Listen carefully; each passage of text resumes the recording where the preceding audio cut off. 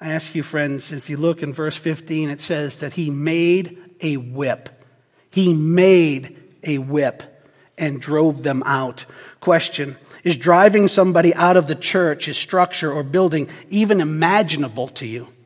Could you even imagine driving somebody out of the building and the structure that we know of as church?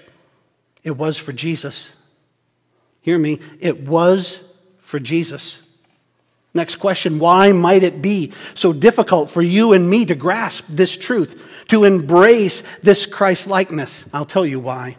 Because we don't tend to share his sense of value on God's places, God's presence, and God's people. That's why. It's the only explanation. You see, friends, don't lose sight of this. The same hand that was nail-pierced on the cross was whip-wielding in the temple.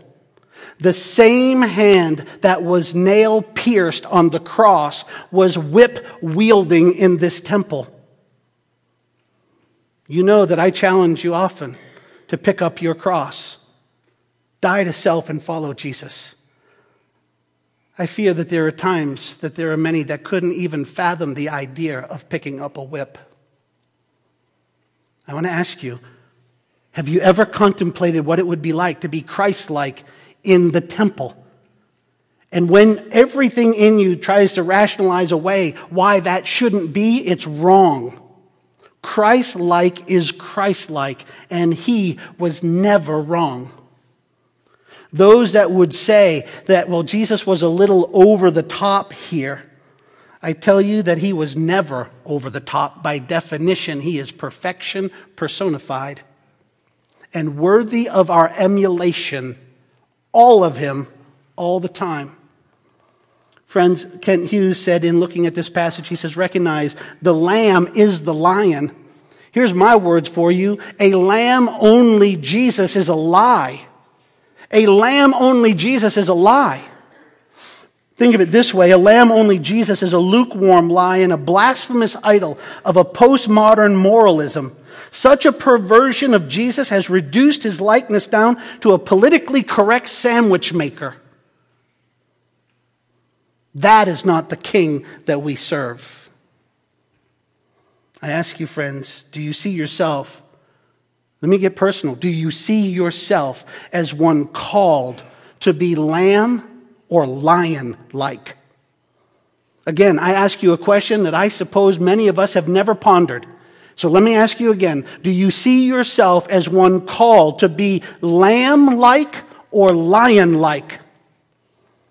Let me tell you, the biblical response would be both. Both. You and me, Christian, if that is who you are. Ask yourself, who am I? Am I committed to representing the love of the Lamb? And will I lead like the lion? We're going to get very personal here. I want to ask you, when was the last time that you remember getting righteously angry enough to be outrageously obedient to God and overtly offensive to the God haters? That's what Jesus is doing right here. He is outrageously obedient and overtly offensive to the God haters.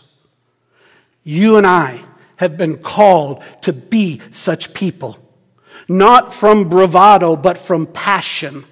Not out on our own, but under the guidance of the Holy Spirit.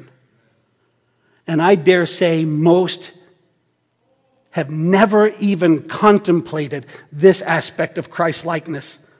I give you as examples. Look up, do a study of Phineas in the Old Testament. He's one of my favorites. And don't just look at what he did, look at how God responded to Phineas. Look at the Good Samaritan. That one feels good. Look at Stephen. Doesn't feel so good. All the same truths.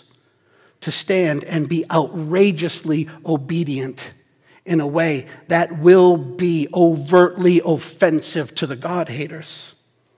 Friends, this is the essence of what it is to be Christ-like. I mean, you and I have to remember that the cross of Jesus Christ, it is and represents the twin peaks.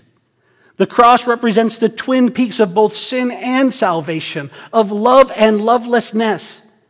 We're to live in this tension. This is to be the light that shines through us.